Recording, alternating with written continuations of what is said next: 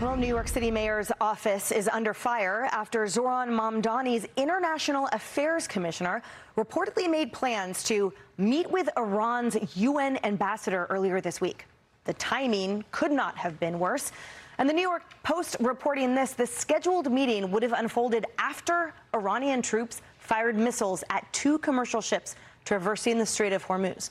An action Monday in direct defiance of an interim peace agreement between the U.S. and Iran. Mayor Mamdani was asked about this at a news conference today. Watch. That meeting did not take place. It will not take place. And I did not know about it until there was a press inquiry regarding it.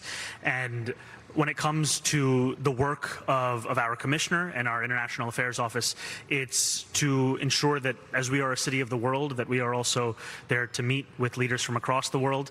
The focus is always on our city and our relationship. The commissioner recognizes that this was made an error, and we're working on a new process in terms of new meeting requests. A new process? What about competence? Well, this comes as the Wall Street Journal reports Israel warned the U.S. that Iran hatched a new plan to assassinate President Trump. Iran has repeatedly vowed to retaliate against our president for ordering the killing of Iran's Revolutionary Guard General Qasem Soleimani. President Trump reiterated that this week. They've been in trouble for 47 years, and we took out their first set of leaders. We took out their second set of leaders. They want to take out the U.S. leader, me. I'm on every list. I saw things this morning. I'm on every single one of their lists. And so far, I guess I've been a little bit lucky, but that maybe doesn't last very long. The president told the Post today, quote, "I've left instructions, if anything happens, to just literally bomb them at levels that they've never seen before." Rebecca, it's so frightening to even discuss this, and I can't even wrap my brain around it. But let's go back to New York City for a second. You have to be a pretty special form of, I'd say, incompetence and blindness to have that happen under your watch. Well, okay, except that according to the City Journal, who saw some internal messages from this commissioner to Mamdani's internal staff, that they were to take meetings with foreign leaders who, quote, are in political alignment / leftist. And so my question is, why did they think that the Iranian regime is in political alignment or leftist with them when, yes, the Iran regime is firing on commercial shipping. They're also firing at Americans, at American warships, at Americans based overseas in Kuwait and Bahrain and Saudi Arabia. And so this is outrageous that this is something that the Mamdani administration was seeking to do. And also, of course, we know that New York has been really struggling with anti-Semitism, and this is something that has been really important to Mamdani. He has been fueling this anti-Semitism and has been very anti-Israel. So the whole thing is very concerning that the Mamdani administration would have any interest in meeting with an Iran official. Yeah.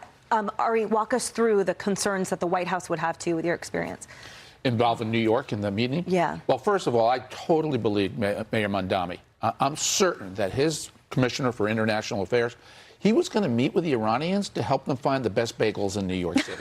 I am certain this is going to be a friendly, come to New York, we love you meeting. That's what it was about. I mean, I just can't imagine Zohran Mamdani wanted to have a meeting with people who say death to America, death to Israel, for any other reason than to be nice. I mean, what you just said is exactly right, Rebecca. This was politics. This is what they believe in. This is who they seek out to have a sympathetic view and sympathetic ear with.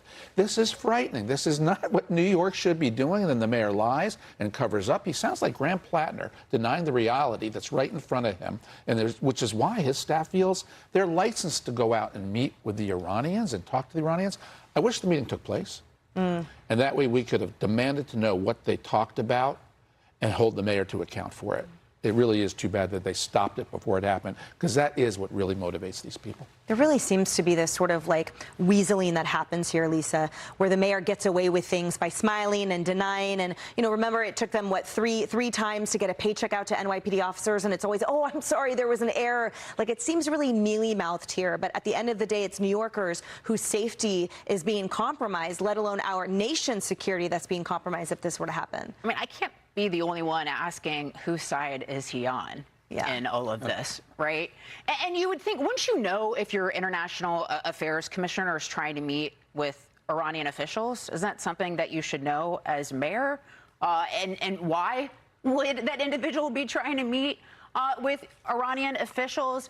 But, you go down the list. You also look at some of the tweets and the various things that his wife has liked surrounding the events of October 7th as well, starts to paint a little bit of a picture. But even going back to the Biden administration, and Rebecca's going to know about this, you've got Robert Malley, who was the envoy for Iran for the Biden administration. He had his security clearance revoked from him, also was under FBI investigation. You had another top official who is part of the Iran Experts Initiative, which Semaphore had reported about government leaked emails where Iranian officials and government officials were coordinating with individuals in the United States that were part of this initiative to try to shape public opinion here in the United States and the West more favorably for the Iranian regime. So whose side are some of these people on? It certainly doesn't seem to be America.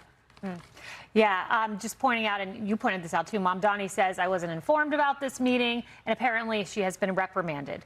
But my question is, you should know what your staff is doing. If someone on your staff takes a meeting with Iran and the mayor doesn't know, it seems like you have a lot of other problems. I thought the same as you when I saw the internal document about cozying up to leftist regimes. We've actually seen that from Mamdani. He tried to meet with the Colombian president, Petro. The State Department intervened. That didn't happen.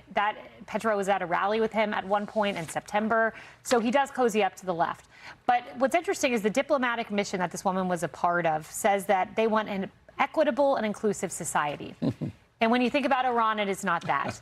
And I think about 22-year-old Mahsa Amini, who I bring up repeatedly on this show, who was arrested by the morality police, beaten, and then in Iranian custody was killed. And she is one woman of many. Tens of thousands of Iranian citizens have lost their lives. So if you want to be equitable and inclusive, you're doing the exact opposite by taking a meeting with Iran. You should know better. We are the freest country in the world, the best country in the world, and you're cozying up to someone who kills young Muslim women, people you purportedly say you care about. Be sure to like and subscribe for all the Fox News latest on YouTube and catch full shows streaming now on Fox One.